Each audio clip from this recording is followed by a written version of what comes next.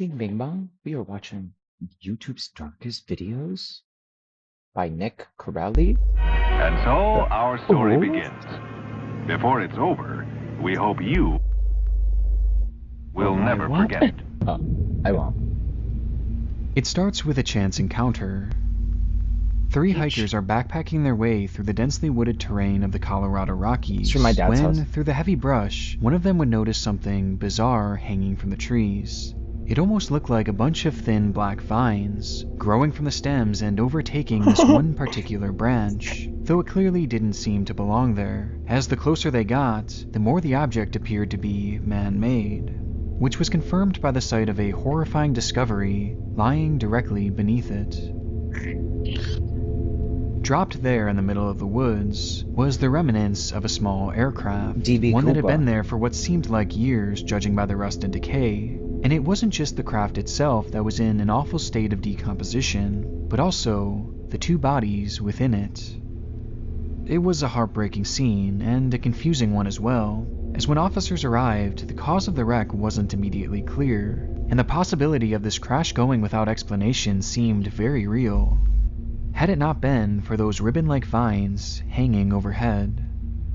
In reality, those strange objects were actually the remnants of a VHS tape, with its case being cracked open and its contents scattered about the area. And inside the craft itself were pieces of a broken camera, introducing the possibility that the two men inside may have been filming at the time of impact. And so, despite that exposed footage being out there in the elements for an extended period of time, it would be painstakingly pieced together and resurrected, revealing the following footage. This is YouTube videos, so someone just uploaded it to YouTube?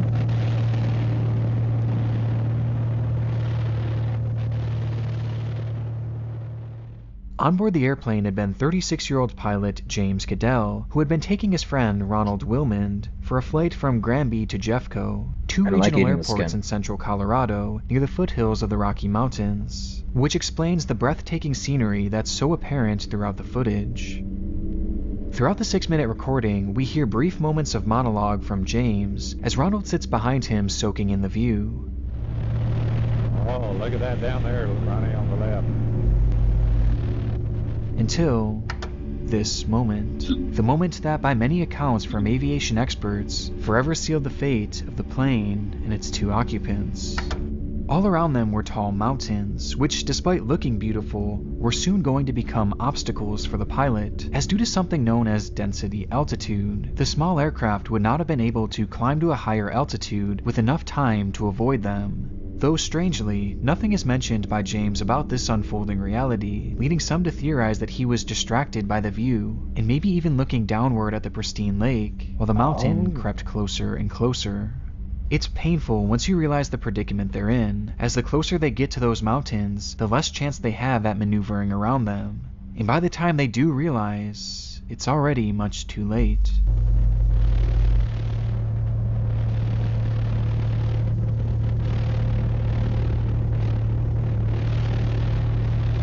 What do they say?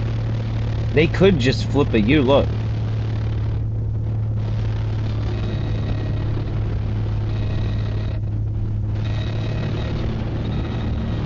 Damn, hang on, Ronnie! Okay, maybe not.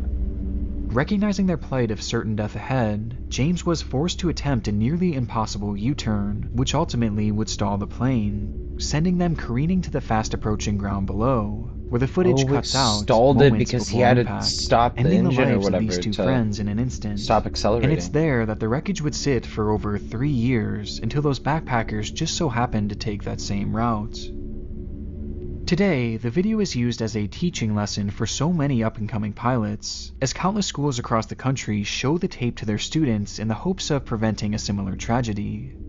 But evidently, the film has also found a home in the depths of this very site, where it has come to be known as one of YouTube's darkest videos. For once again, he has come face to face with the adverse effects of density altitude. I had no idea.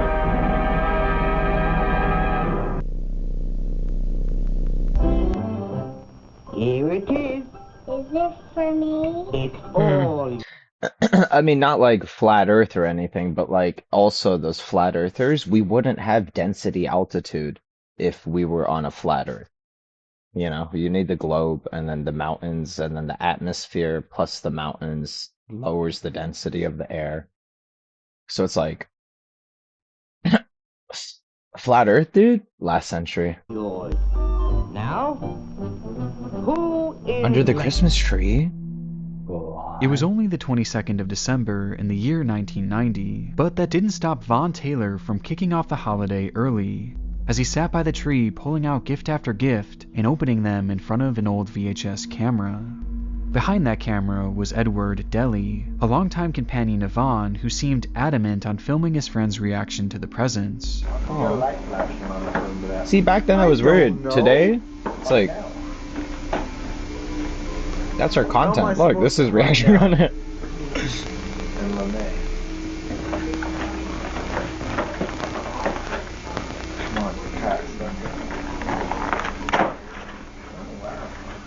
What is it? Baseball card.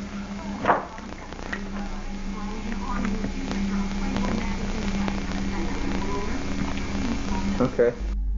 Okay. The video is a bit awkward, as the two momentarily bicker about the camera recording, and Vaughn hardly seems to acknowledge or show any sort of gratitude in response to the gifts he's receiving. But it's seemingly nothing too out of the ordinary, and is probably reminiscent of so many other home videos out there of friends and family members timidly opening up their presents, except for one overshadowing detail, with that being who these men actually are. Who are they? Before this video was taken, both Vaughn and Edward had served time in prison, Edward for arson and Taylor for aggravated burglary, and upon their release it was hoped that the two were now reformed and would be able to live more lawful lives, which could not have been further from the truth. Almost immediately upon being released, Vaughn would call one of his friends to tell them that both he and Edward had plans to go into the mountains and, quote-unquote, shoot some people. And from there, they set off into the wilderness of Oakley, Utah. On their expedition, the two stumbled across various cabins where they would break in and either camp out for a while or just completely ransack the place, as in most cases, the owners of these cabins were long gone for the winter due to the inclement weather of the area. Though this wasn't true for everyone, as during the same time, the Teta family, consisting of Father Rolf, his wife Kay, and their two children, Lene and Trish, along with their 76-year-old grandmother, Beth Potts, had been staying in their cabin to celebrate Christmas together. And so, on the morning of the 22nd, the family would go into nearby Salt Lake City to finish off the last of their Christmas shopping, leaving the cabin unattended at the exact same time that Vaughn and Edward happened to be strolling through the area. Upon breaking in, the two quickly recognized that whoever was living there had only just momentarily stepped away and would be returning at the very latest by Christmas, as evidenced by the gifts sitting under the tree, and finding their first real opportunity to carry out their intended goal of murder, the two hunkered down and waited for the family to arrive back home. While hiding out, it's unknown what exactly the two had done to pass the time, except for a brief few minutes in which Edward would pick up the family's VHS camera and record Vaughn as he tore into the family's gifts. The added context makes this video all the more disturbing, as Vaughn was opening gifts belonging to the family that they were waiting to kill. And it's made all the more chilling when you notice that Vaughn is carrying a gun, along with the moment that he says Lene Teta's name as he reads it on the gift wrapping. And worst of all is that the gravity of the situation they were currently in clearly had no impact on these two men, as they were completely emotionless. And unsurprisingly, things only get darker from here, as after a few hours, Beth, Kay, and Lene would pull into the driveway. Upon entering the house, the pair of men would immediately point their guns at the family and start making demands, to which Lene responded by praying to God that her and her family be spared, which was of no use, as Edward turned to her and claimed that her prayers wouldn't work, as he only worshipped the devil. And moments later, the two would grab her mother and grandmother and end their lives for no apparent reason. This left only 20-year-old Lene, who tried desperately to convince the men to leave, knowing in the back of her mind that her father Rolf and sister Trish would be arriving soon. But it was to no avail, as her pleading was interrupted by the sound of another snowmobile pulling into the driveway. Upon exiting their vehicle, both Trish and Rolf would be held at gunpoint, with Rolf being told to strip his clothes and give up all his money. Again, pleas were made to just take anything and leave them alone, but the two men remained unfazed. They wanted to cause pain and anguish to anyone and everyone, and nothing was going to stop them. And so, Vaughn pointed his gun at Rolf and pulled the trigger, striking the man in the face before delivering one final blow to the back of his head, leaving just the two daughters. Having thoroughly decimated what just an hour before was a happy, healthy family, Vaughn and Edward would cover Rolf and the cabin in gasoline and set them on fire, before hijacking the snowmobiles with the two remaining daughters and driving away down the hill to a nearby road. However, they weren't alone. On their way out, the kidnappers and their victims would notice a man waving to them in the distance, with the individual being Randy Zorn, their uncle, who recognized the two girls and attempted to flag them down. However, knowing that had they acknowledged their relationship, it would almost certainly get the man killed, they chose to ignore him and told the kidnappers that they had no idea who he was. Sensing something was off, Randy would follow the group down the mountain, where the men were now loading into the family's car. He waved to them once more, this time yelling at the group to stop and even running after them. But again, the girls pretended not to know them, sacrificing a chance at being saved in order to protect their uncle. Dude. That's so scary. Confused by this bizarre encounter and apparent urgency from the girls, Randy began to fear that something bad had happened at the family cabin, which was only confirmed when he heard another snowmobile tearing down the mountain. On it was a barely clothed Rolf, who, despite being shot in the head twice, set on fire, and his eyes being almost completely swollen shut, was somehow alive and had managed to get on a snowmobile to find help. Dude, and it was there that he told Randy, "I've been shot, my wife has been killed, and my daughters have been kidnapped." Something that most likely saved the lives of those two girls, as the police were contacted and were able to quickly track down the vehicle, where the kidnappers would accidentally run it right off the road, flipping it over multiple times before crashing into a ravine. Quite shockingly, no one would be badly injured in the wreck, and following a brief shootout, Vaughn and Edward gave in and were swiftly arrested, bringing this whole nightmare to an end. When the dust eventually settled, Edward would end up receiving life in prison, while Vaughn, the man shown here opening the family's gifts, was sentenced to death, with both men reportedly being visibly shocked at the sight of Rolf when he showed up to court to testify against them. Rolf would later go on to make a full recovery, which definitely ends the story off on an empowering note, though the carnage left behind by these two men in the moments following this video make it undoubtedly one of the darkest on the site.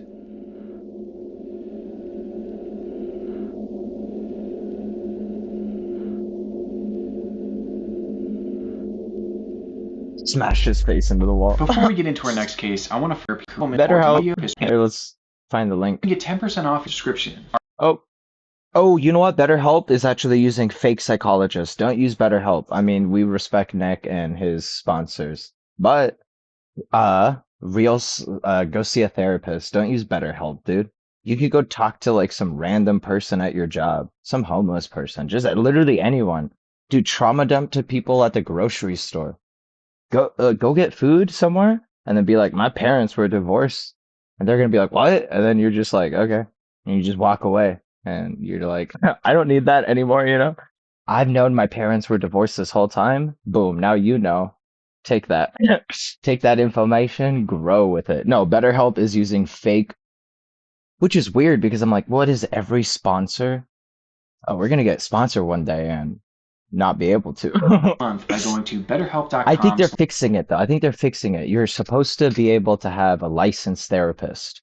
Are any of them licensed on there? I want to say 90% of them aren't. / Nick Crowley, which I've also linked down below in the description. Alright, back to the video. Back to the video. Can you cover the camera for an edit? What is that? The southwest side. It's where most of them come from. Is this a birthmark? No, You see that? The odds are way against it, even in weather like this. But Look, I have there's two always right a here. chance.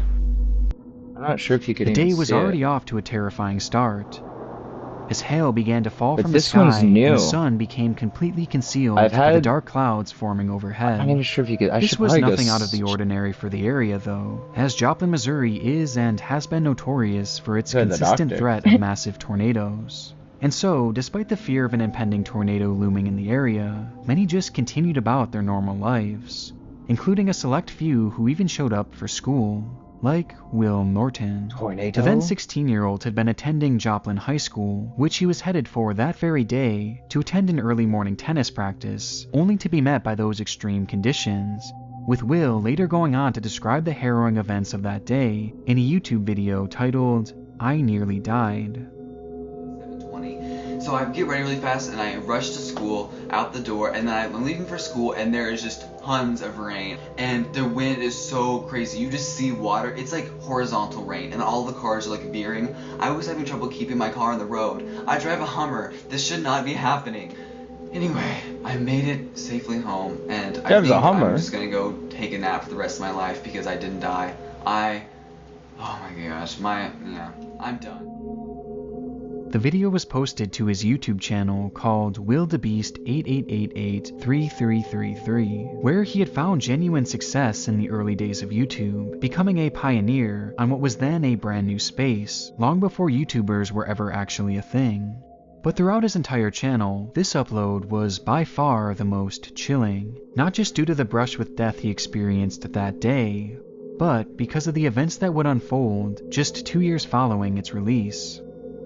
The date was May 2nd, 2011, but for students of Joplin High School, they simply referred to it as Graduation Day, the day in which Will and his classmates would walk the stage into the next chapter of their lives. It was an event that Will and his family watched excitedly from the crowd, before the moment was interrupted by the ringing of a tornado siren. These sirens lasted only around 30 seconds, leaving many unfazed as they were practically a daily routine in the area, given just how common severe weather was. And with no further alerts coming through their phones, aside from a standard warning letting them know that conditions were ripe for a tornado, things continued on as normal from there. With the rain now starting to fall, Will's sister Sarah, along with their mother and grandmother, chose to hop in the car and head home in order to get a head start on preparation for the night's graduation party, leaving Will and his father around 20 minutes behind, with Will driving the two home in his beloved Hummer, which he had mentioned often across his channel. And with that, the family was split up into two cars, one that at this point was almost home, and another that was just beginning their route. Which is when things began to get more worrisome. Suddenly, the rain fell even harder, and the winds began blowing horizontally, to the point that trees were starting to bend over and eventually break due to the strain. Recognizing the worsening conditions, Mark would call Sarah, who had just arrived at home, to ask her to open the garage for them so they can pull right in and avoid having to get out in this worsening weather. A request that couldn't be completed, as right after their phone call, the power would suddenly shut off, rendering the door impossible to open. And so, Sarah called back with the update to let the two know that they would likely have to park outside and make a run for it through the front door. Though by this point, every garage the door sound you of could wind was unhook it. nearly deafening over the phone, and despite repeatedly asking, "Dad, where are you?" all she could hear was wind, until the sound was broken by her father yelling, "Will, pull over. There's the tornado. Pull over." From the KSN Storm Center, this is a severe weather alert. He drove into the tornado? Good evening. We're back. We've got some information on this storm. Let's go ahead and go to the Freeman First Alert Doppler radar. Trained weather spotters in Galena are reporting now sightings of funnel clouds going off in Joplin. Those are definitely power flashes that we are seeing on the ground. Have a tornado on the ground? This is a tornado. Yeah, this is a very dangerous situation. We cannot stress this enough. If you are in Joplin, please take cover. No, it is certainly going off. Caitlin, I'm just looking out the door right now. Please do not go outside.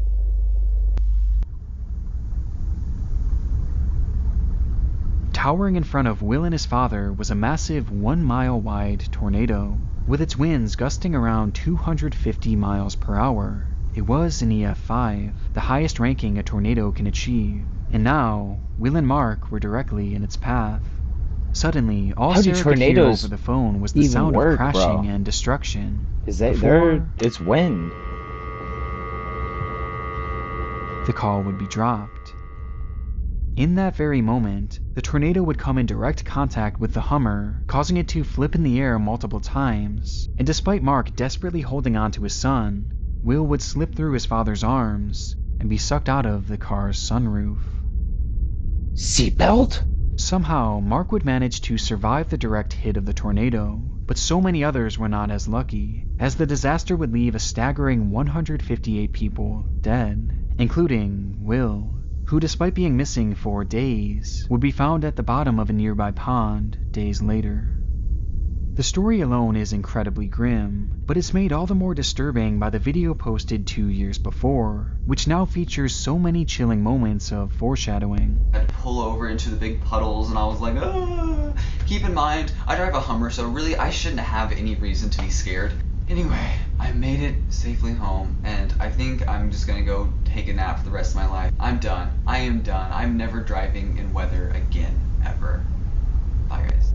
But although this certainly classifies as one of the darker videos on the site, the Norton family has turned this tragedy into something positive and celebrates his life as opposed to focusing on his tragic passing, with Sarah herself even bravely coming forward and releasing a video outlining her entire story of that day. He's in a good place. It's just hard on us who are left here dealing with all of it, but it's okay. He's just in the best place ever. So yeah, but something to be happy about. He wouldn't want us to be sad. Fuck that shit. If you know what? When I die, I want you to cry. Like, cry hard, cry long, cry forever, honestly. Build monuments out of me. Build statues, make sure they're solid gold. No, dude, yeah, if I die, dude, be sad, dude. Yo, and you see someone that's like happy and shit, be like, no, you know this. He would want you to be sad, and they're like, no, he would want me to be happy. And then I raise from the dead, and oh, I know. Time is getting closer and closer. That's a Norm Macdonald joke. Are ticking. Excitement is building.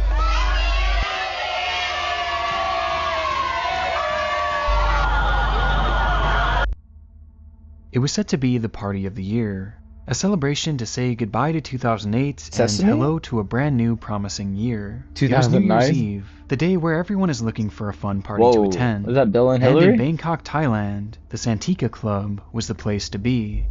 The event was dubbed Goodbye Santika, hitting on the theme of leaving the past behind and starting fresh in this new year. And in preparation, promotional commercials would be shot and aired all throughout the region, building up even more hype for the much anticipated event.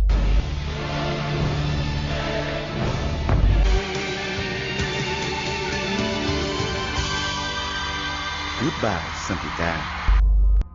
It promised to be their best show yet, with live music from numerous well-known artists and, What do you think of it's gonna course, be? lots and lots of alcohol. And sure enough, as New Year's Eve rolled around, this hype would translate into a what's this large spray? crowd swarming the doors to be part of this special occasion.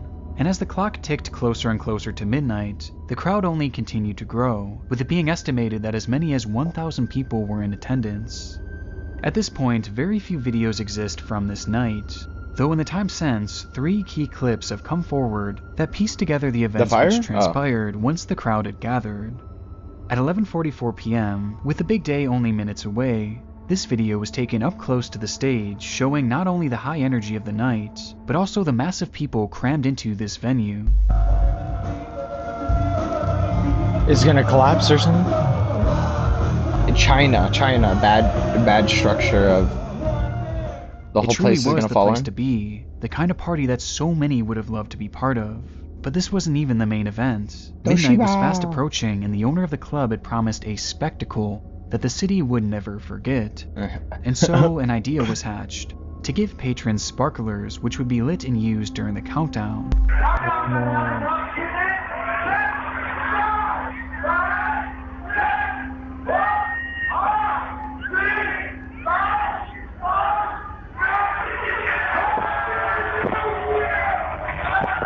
Everyone has sparklers. Are they throwing it?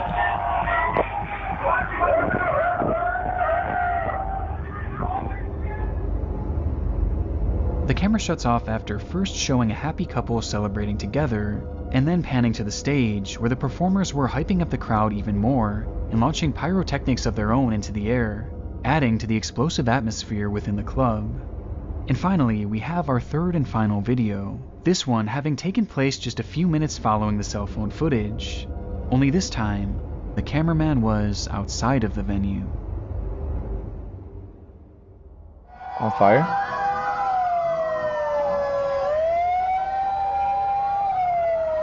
Yeah?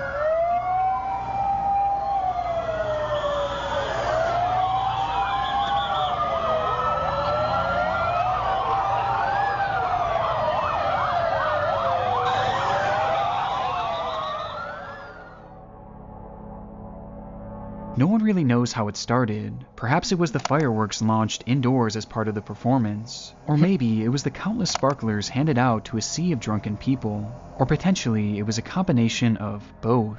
But regardless, somehow a blaze had erupted, quickly spreading to the club's ceiling, where the crowd would actually cheer it on, mistakenly believing that it was part of the event, as at that same exact time, a band just so happened to be performing by the name of Burn. By this point, the performers knew immediately that the fire was unplanned and that an emergency was brewing, and so they slipped off the stage and out the back exit, with no guidance being given to the 1,000+ people in the venue, none of whom had realized the danger they were truly in, until the power would shut down, with the inside falling pitch black and silent, save for the crackling of the spreading fire, illuminating the area to avoid, but not the area to run to. And suddenly, panic-driven chaos ensued. There were multiple exits, but just too many people, too much darkness, too much smoke. And in the matter of just a few minutes, the fire had consumed every inch of safety within that building. The tales told from within that event are horrid, with some of the most disturbing being not about the crush of humans surging towards the exit, or the unstoppable blaze moving at lightning speed, but instead, about a chandelier.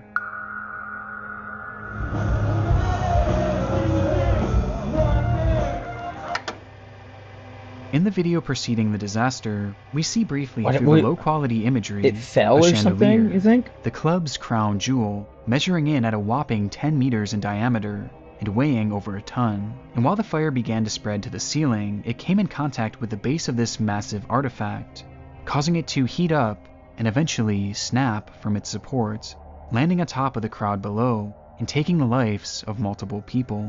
Oh, whoa.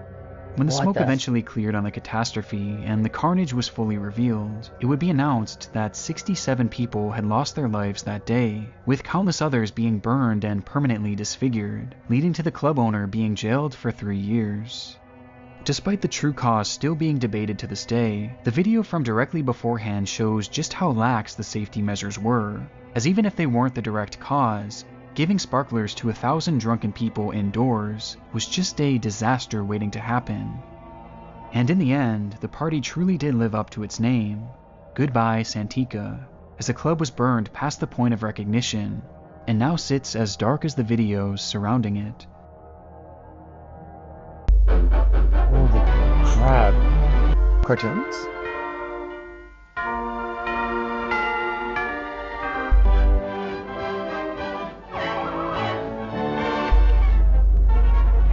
I like old school cartoons like that. Our final video is probably one of the most unusual cases that I've come across in quite some time, with that being the story of Akmal Shaikh.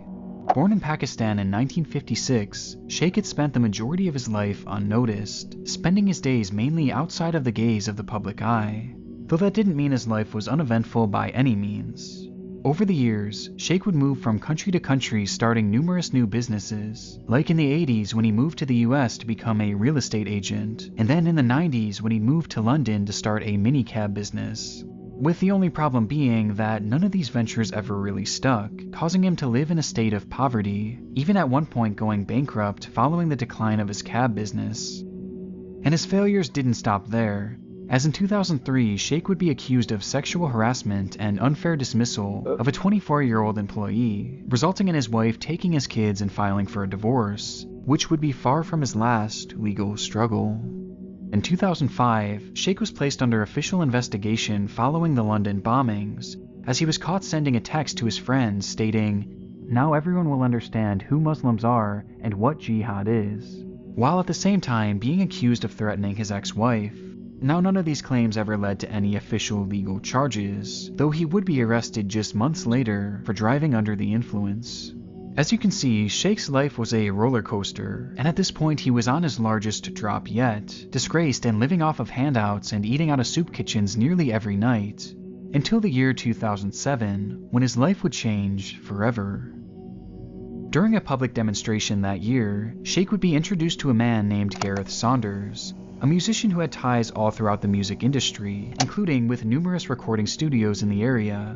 And it was during this chance meeting that Sheikh's life purpose would be discovered. At some point prior, Shaikh, a man with no musical experience whatsoever, had written a song called "Come Little Rabbit," which he believed would propel him to worldwide stardom. But it went even deeper than that, as Shaikh was so sure that not only would the song break records and become a global phenomena, but also that it would bring the world together and usher in a new era of peace on Earth. In a sense, he believed that this song could truly save the world. And with this in mind, he began to beg his new acquaintance to help him record the song in a studio, a request that Gareth eventually seemed to accept, as that very same year, "Come Little Rabbit" would be recorded and released to the public. Let's hear it.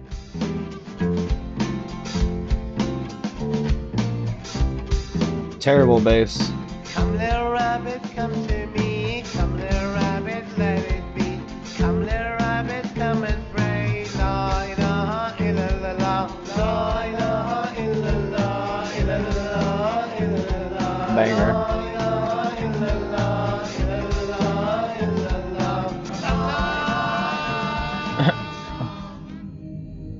As you can probably tell just based on how things are going so far, the song did not perform as intended, and sadly the world did not come together in harmony upon its release, likely because the song just wasn't very good. Boom, the sad roasted. reality of the situation was that Akmal Shaikh was a very mentally unwell man, and these big dreams that he had throughout his life were, in most cases, more so delusions. And though we don't know for sure what exactly he was suffering from, many close to him described his behavior as being on par with severe bipolar disorder, and Come Little Rabbit was the latest example of his struggling mental state, representing a point in which he detached his furthest from reality. And sadly, it was this very song that would drive his life to an even lower point. As the world continued on with its usual chaos after the release of Come Little Rabbit, Shaikh still believed that it could provide peace on Earth, becoming convinced that the only reason it hadn't worked already was that no one knew who he was. But this was all going to change after he received an opportunity that would shift the course of his life. Around the same time, Shaikh was introduced to a man named Akmal, who had just the opportunity waiting for him. Are these like by pure chance, a once-in-a-lifetime performance had opened up in one of China's biggest nightclubs that just so happened to be owned by Akmal, and supposedly being impressed by Come Little Rabbit, Akmal decided he was going to fly Shaikh out to China to fill that slot and perform in front of thousands.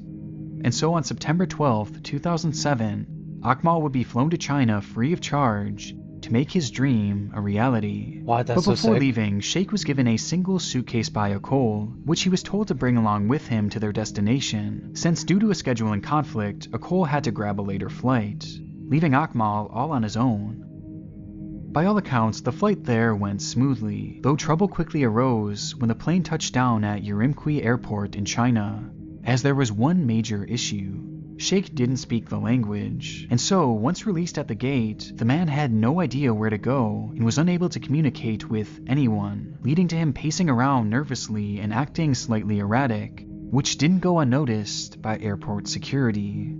They watched the man's behavior deteriorate for several minutes before ultimately making the decision to detain him and search his belongings, believing that surely he was up to something suspicious.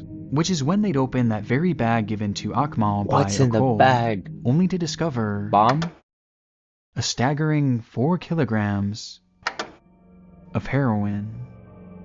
The discovery sent Shaikh into a panic, as he was completely unaware that he was transporting illegal contents because the bag didn't even belong to him, stating adamantly that it belonged to his friend Akmal, who was flying in on the next flight and would be there soon to help clear things up.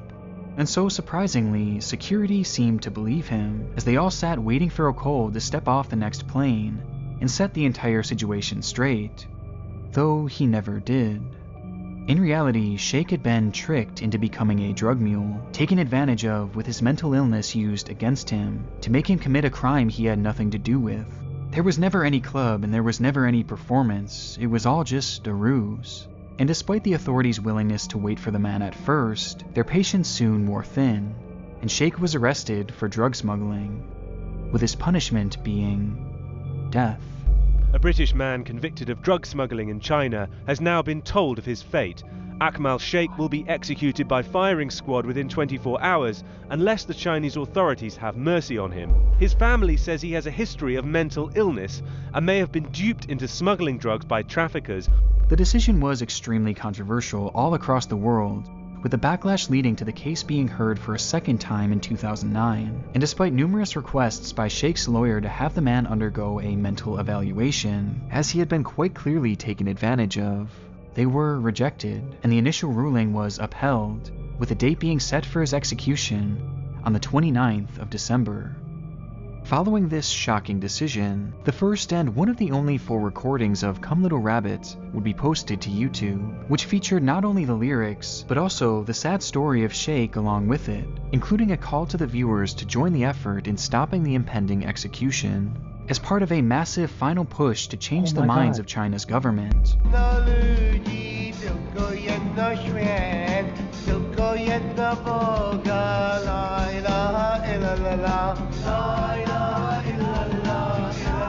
Oh, there is no God but God. Okay.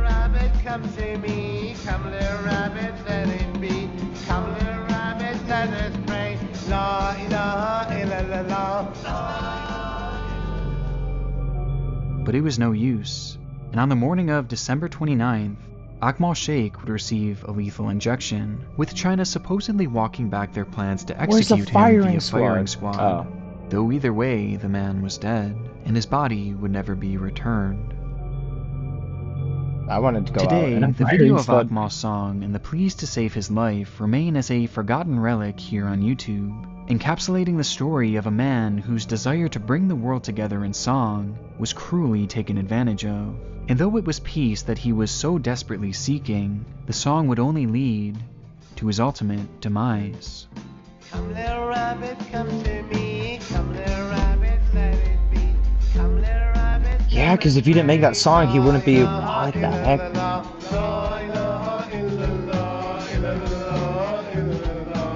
Holy crap! That's terrifying. Oh my god. Been spooky. Spooky ghost. I love you. Have a good night, Bing Bing Bong.